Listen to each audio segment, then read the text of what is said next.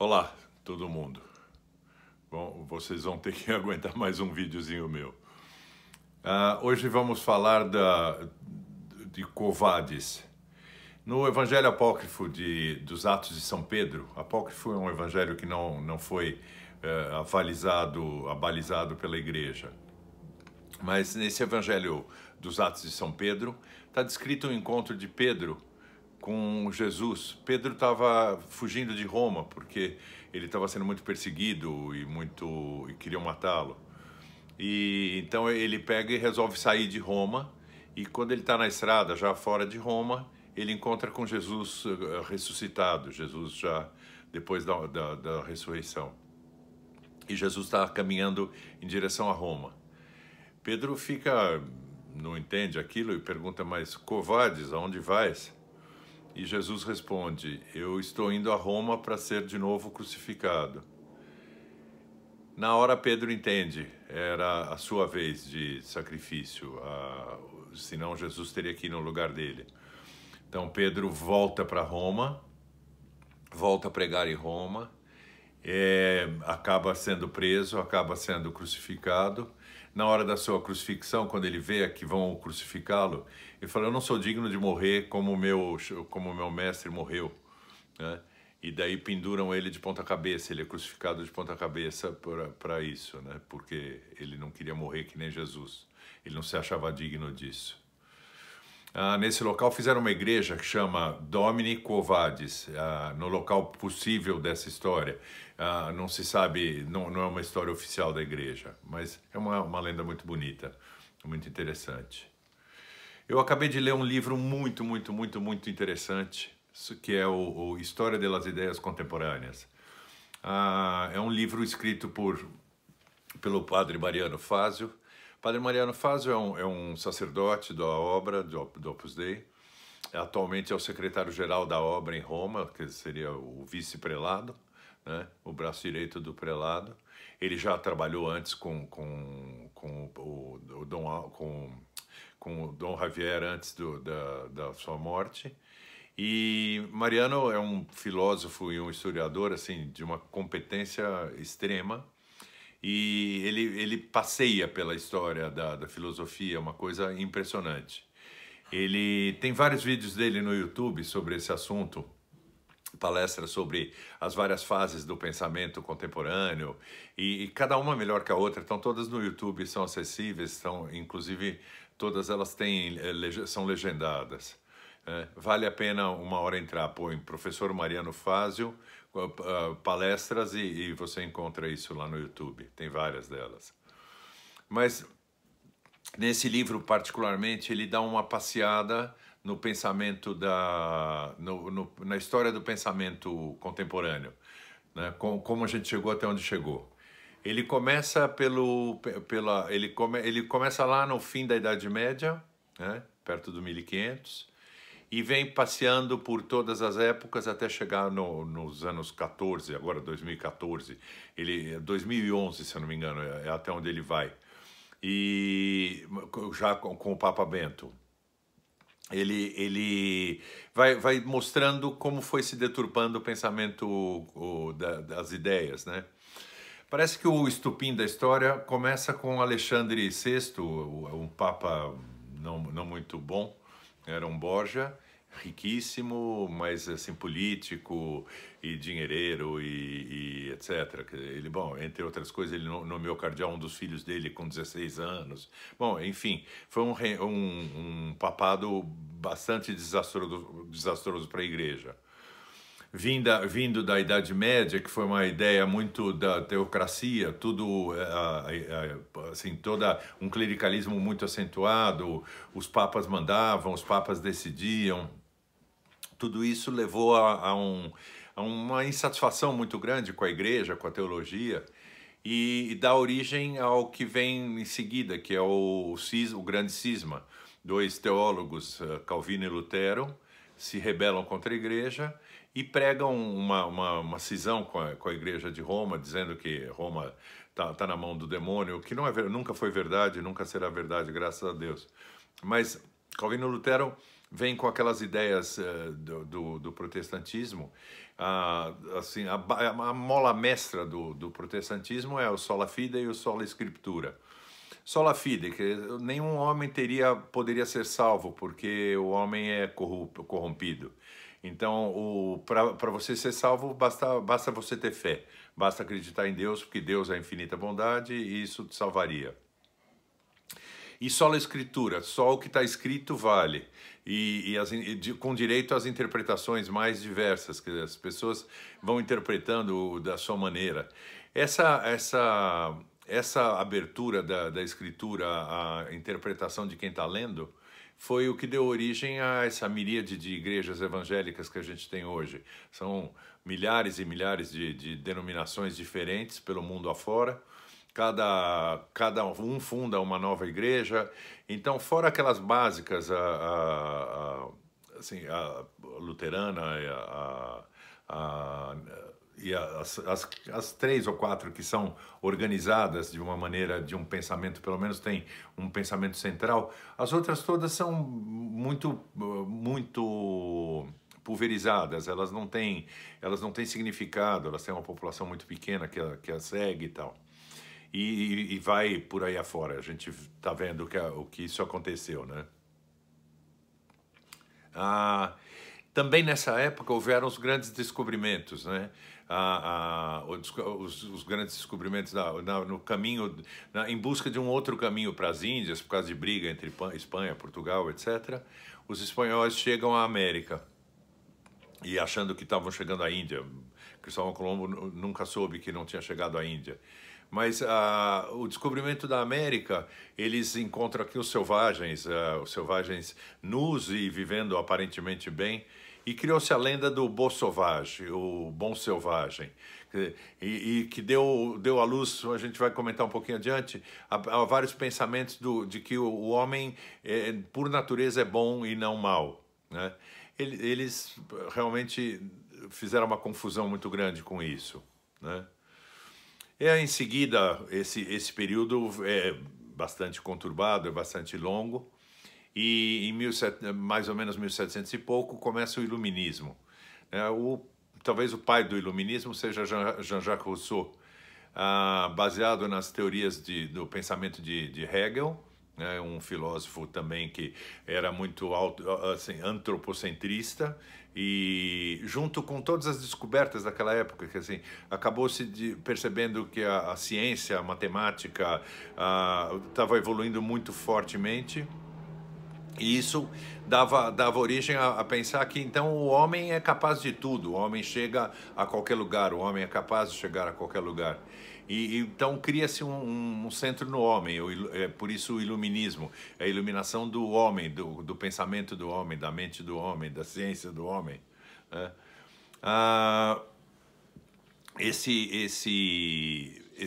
Jean-Jacques Rousseau parece que usou muito a teoria do Beau Sauvage, dizendo, né, que assim, ele escreveu um livro sobre educação, o Emílio, o que é o Emílio ou da Educação, em que ele teoriza que o homem até 13 anos não deveria ter contato com uma educação formal para que a sociedade não o deturpasse.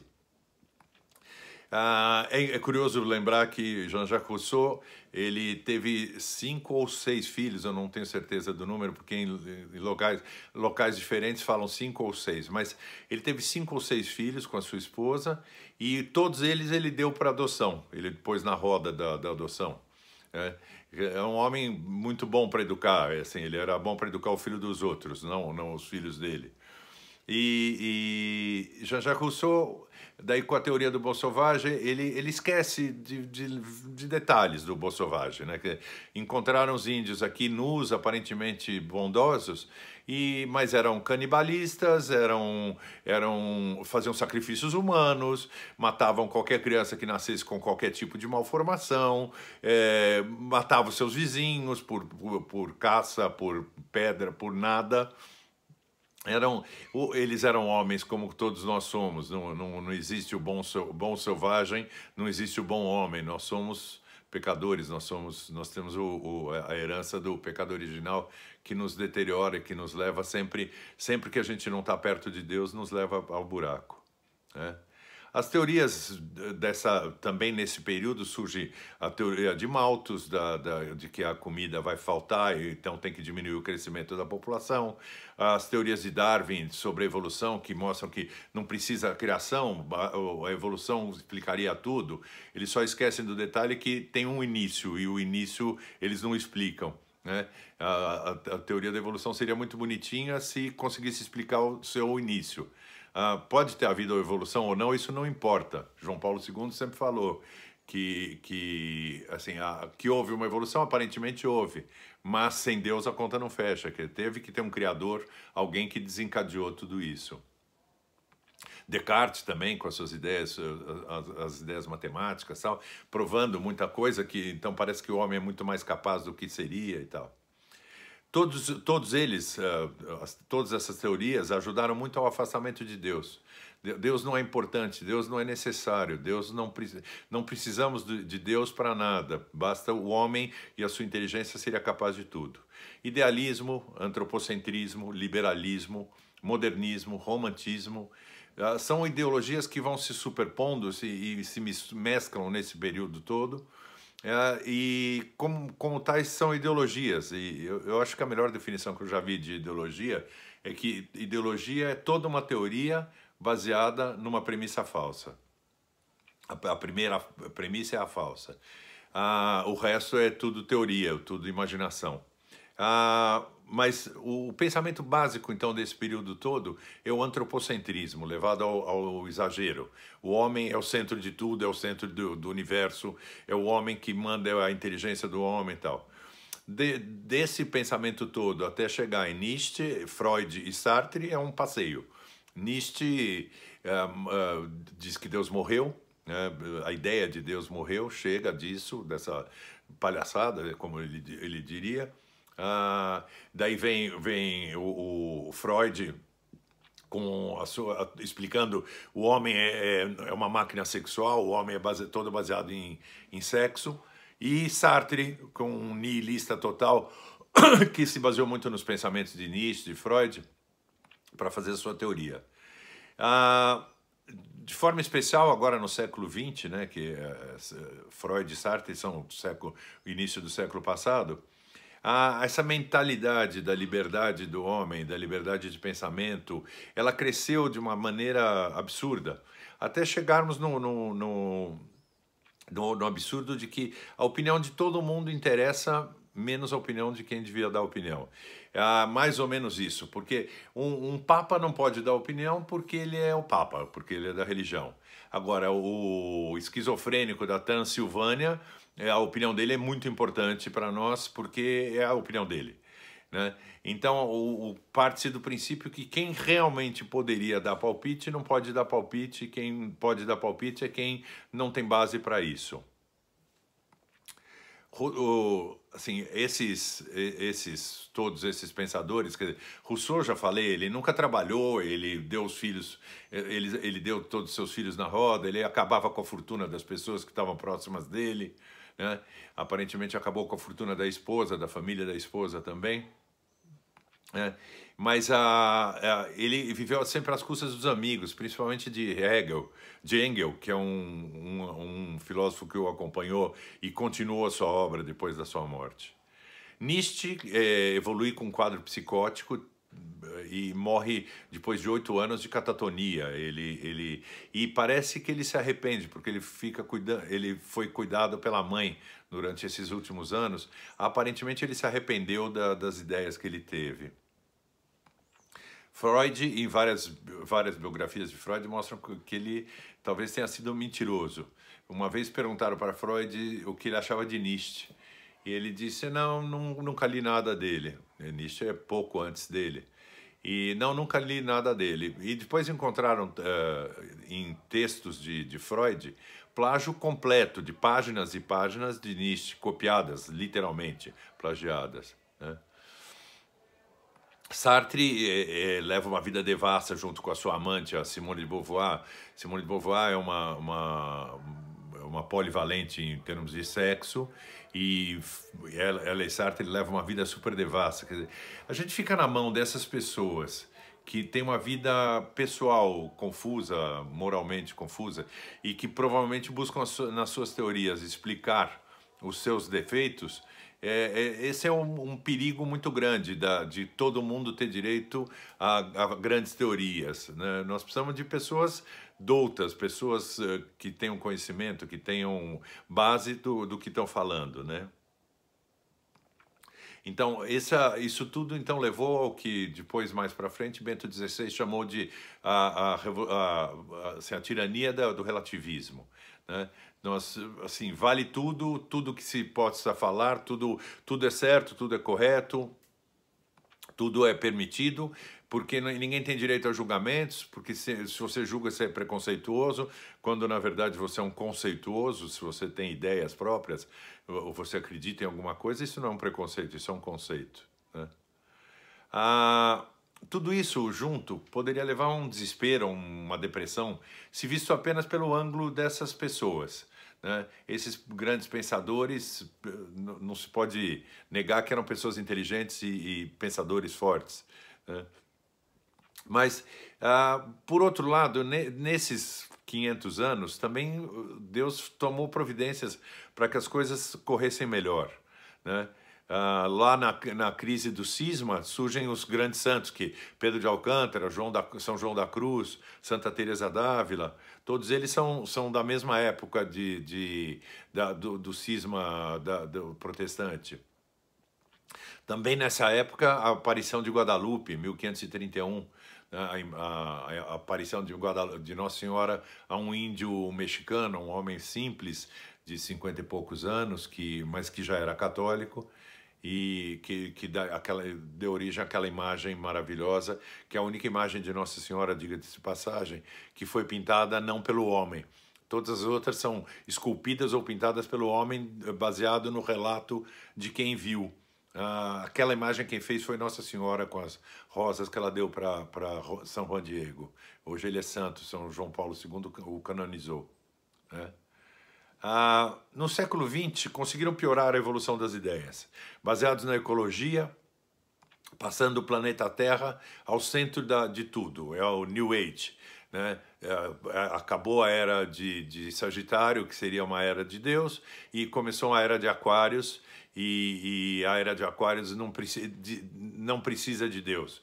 Agora o Deus passa a virar a Terra é o centro de tudo. A ecologia está acima do homem, né? O que não é verdade. Deus deu a terra para o homem cuidar. Devemos cuidar direito. Mas assim, a ecologia não é o que manda, né? O New Age está errado. É um foco errado. Tira o homem do centro e põe nada, põe a terra no centro. Eu sei lá como é que chamaria isso, terracentrismo, né? Geocentrismo deve ser. Mas também surge, assim, Rousseau está enterrado na França, próximo de São Francisco de Sales, que é um século antes dele, e próximo de Santa Teresinha de Lisieux, né, que foi um século e pouco depois dele. Perto dele tem grandíssimos santos, né, pessoas desse gabarito de São Francisco de Sales e Santa Teresinha. Nesses últimos 100 e poucos anos, Deus nos deu uma sequência de papas santos que vieram cuidar da nossa igreja, cuidar de tudo para nós. Pio IX, que já, se eu não me engano, já é beato. Pio XII, São José que está só como venerável, ainda não foi beatificado. São José Maria Escrivá, com a introdução da santificação para todos nós. São João XXIII, São Paulo VI, né? São João Paulo II. E eu não posso falar São, mas Bento XVI, que é uma questão de tempo para se tornar um santo. Sem falar na praga que criaram para esse período, que é a ideologia de gênero. A ideologia de gênero quer igualar qualquer união de qualquer tipo, seja um homem com homem, mulher com mulher, homem com animal, ou qualquer coisa que o valha, ao casamento, ao matrimônio de um homem e uma mulher que, apaixonados, se unem para formar uma família, buscam um sacramento. Não dá para comparar as coisas, e eles tentam fazer igualar por baixo, né? Nivelar por baixo. Ideologia de gênero é um negócio que nós temos que combater muito, porque a nossa meninada está muito vulnerável para isso, porque essas ideias estão muito difusas. Inclusive, hoje, ninguém fala mais de sexo, fala-se de gênero. Não, gênero está errado, né? Eu gosto de um sacerdote que sempre fala que, se perguntarem qual é o gênero dele, ele fala humano. Eu sou homem humano, né? Assim, a visão... Alguém foi perguntar para Bento XVI, isso foi recente, se, como Papa, enfrentando tantos problemas como ele tinha que enfrentar, se ele conseguia dormir. Ele falou: olha, eu tenho que confessar que eu durmo muito bem. Eu fico muito cansado, eu trabalho muito e à noite eu durmo muito bem. Mesmo porque quem é o chefe, é o maior interessado que isso tudo corra bem, é Deus. E eu estou na mão dele, então isso me deixa tranquilo. Bento XVI, assim como todos seus predecessores, retorna à centralidade do modelo de Jesus. Jesus é o nosso modelo, Jesus é que a gente tem que seguir. Né? A gente tem que se igualar, tem que ser igual a ele. Ele falou: aprendei de mim que sou manso e humilde de coração. Então, é ali que a gente tem que buscar. Bento XVI reforça isso muito bem. Né? E é engraçado pensar, por exemplo, Paulo VI achavam que ia ser um liberal, e no Concílio Vaticano II as forças de esquerda, totalitaristas, etc., estavam muito presentes, mas quando saíram os finalmente, não saiu nada de errado. Mas logo depois ele pega e faz a Humanae Vitae, onde ele reforça todos os princípios da sexualidade humana. E daí ele passou a ser proscrito. Até então ele era muito bem visto, dali para frente passou a ser mal visto. Não, esse cara não presta, e assim foi. Tanto é que foi canonizado por isso, né? O que cada um de nós então pode fazer, né? Viver um matrimônio forte, reluzente, né? Viver um matrimônio de verdade, baseado no sacramento, baseado na união entre um homem e uma mulher diante de Deus. Educar nossos filhos no bem, educar nossos filhos na moral cristã, nos princípios cristãos, que entendam bem a diferença entre conceito e preconceito, que ter conceito não é feio, não é errado, é simplesmente ter princípios baseados em alguma coisa que a gente acredita, né? Odiar o pecado e amar o pecador. O Papa Francisco é um monstruoso exemplo de como saber lidar com isso tudo. Ele lida com esses pensamentos de esquerda muito bem. Né? Quando foi falar de ecologia, ele falou bastante, tem que ser ecológico e tal, mas, daí ele tem um mas, o que é para fazer? Para a gente proteger a terra, vamos sustentar os pobres, os ribeirinhos, os índios, estimulando-os, dando-lhes condições de uma vida decente para que eles cuidem do planeta por nós. Enquanto nós estamos trabalhando nas grandes metrópoles, eles cuidariam disso tudo para nós com o nosso subsídio. Essa é a ideia, né? O mundo foi dado por Deus para que nós o cuidemos, não como pensam os famosos New Age, que consideram que o mundo que manda neles. Então, o que nós temos que fazer é dar exemplo e corrigir os rumos dessa humanidade perdida e atrapalhada. Até logo.